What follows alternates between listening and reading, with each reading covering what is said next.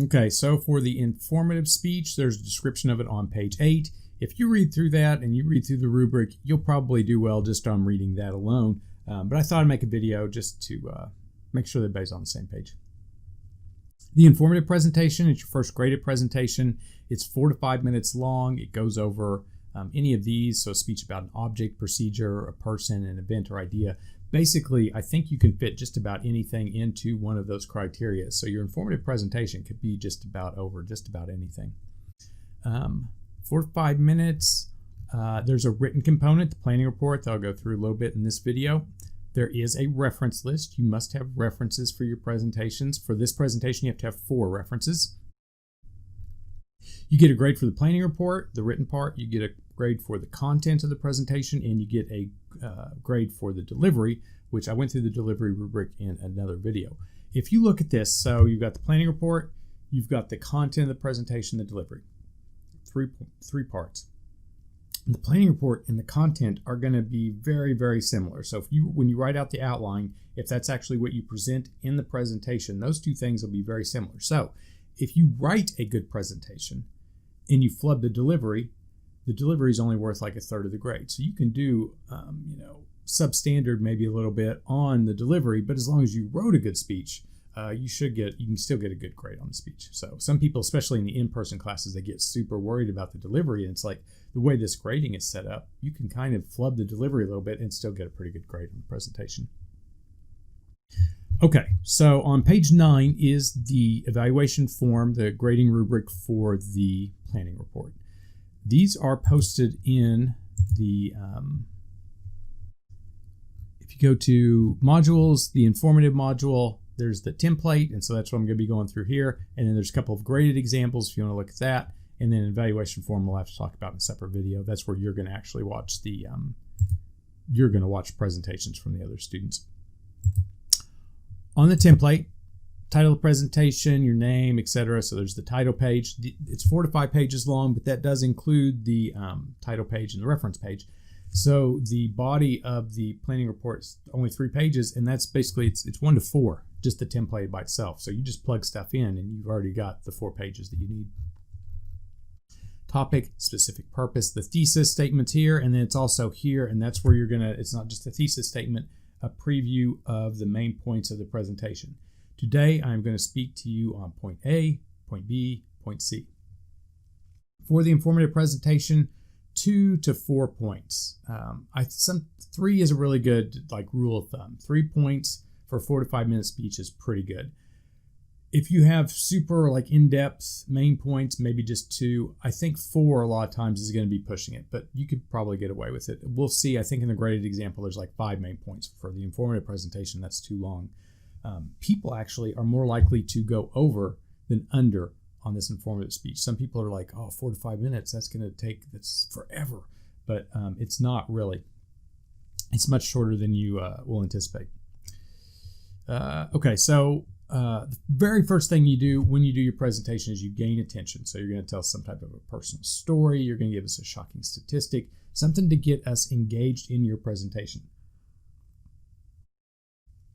A really good way is to start with a personal story that kind of adds this emotional level to it. And if you can pull us in at that emotional level, then you might be able to pull us in at the intellectual level later on in the presentation. You could also start a story at the beginning and then not finish the story, do the presentation, and then finish your personal story at the end in the conclusion. And so we might actually listen to the presentation because we're interested to hear the end of your personal story. It's one little trick you can do to keep attention. So you gain attention, get us to listen. You don't start off with, hi, my name is whatever. You don't start with that. You come in hard with something that's really interesting to really pull us in. Telling us your name does not pull us in. You should tell us your name, though, somewhere in the introduction. You don't have to, but it's good touch. Establish credibility. You need to tell us why you are speaking on that topic.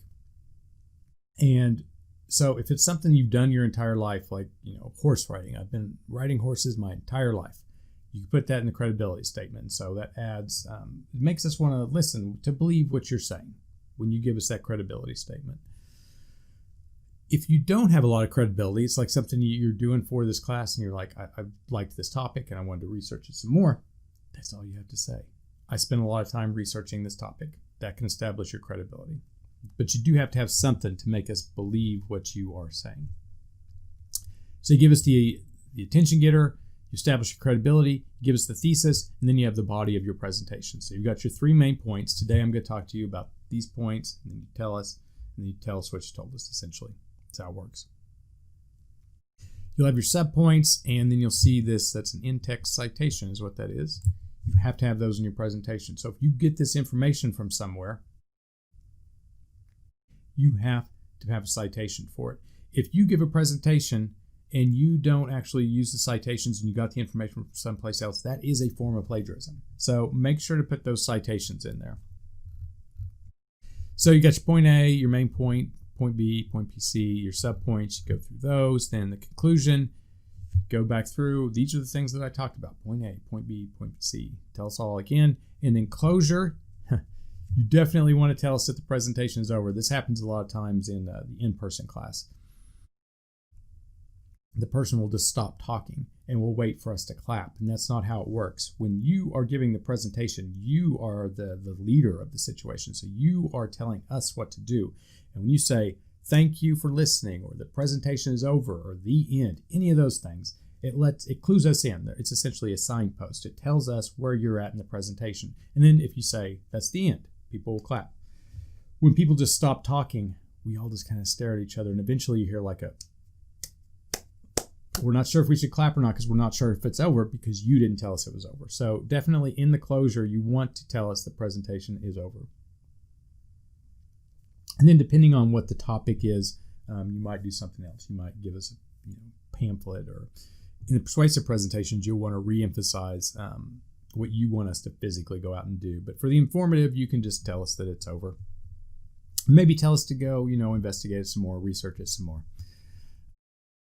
And then the last page, the reference page, you have to have those. This is an APA style, by the way, too. The reference page should be an APA style, and your in-text citation should be an APA style. Okay, so that's the template. You just plug your stuff right in there. I have a couple of examples. Okay, so we have the informative planning report graded example. This is over the Syrian crisis, and there are some issues with this presentation, or this planning report, sorry. One, it should be double spaced throughout, so you can see there's some extra line spacing there. You can look, when you look at the graded example, you can see the comments over here for some of that. So yes, double spaced. It's APA style again. So gain attention, motivate the audience to listen. He has a game, Guess That Dictator.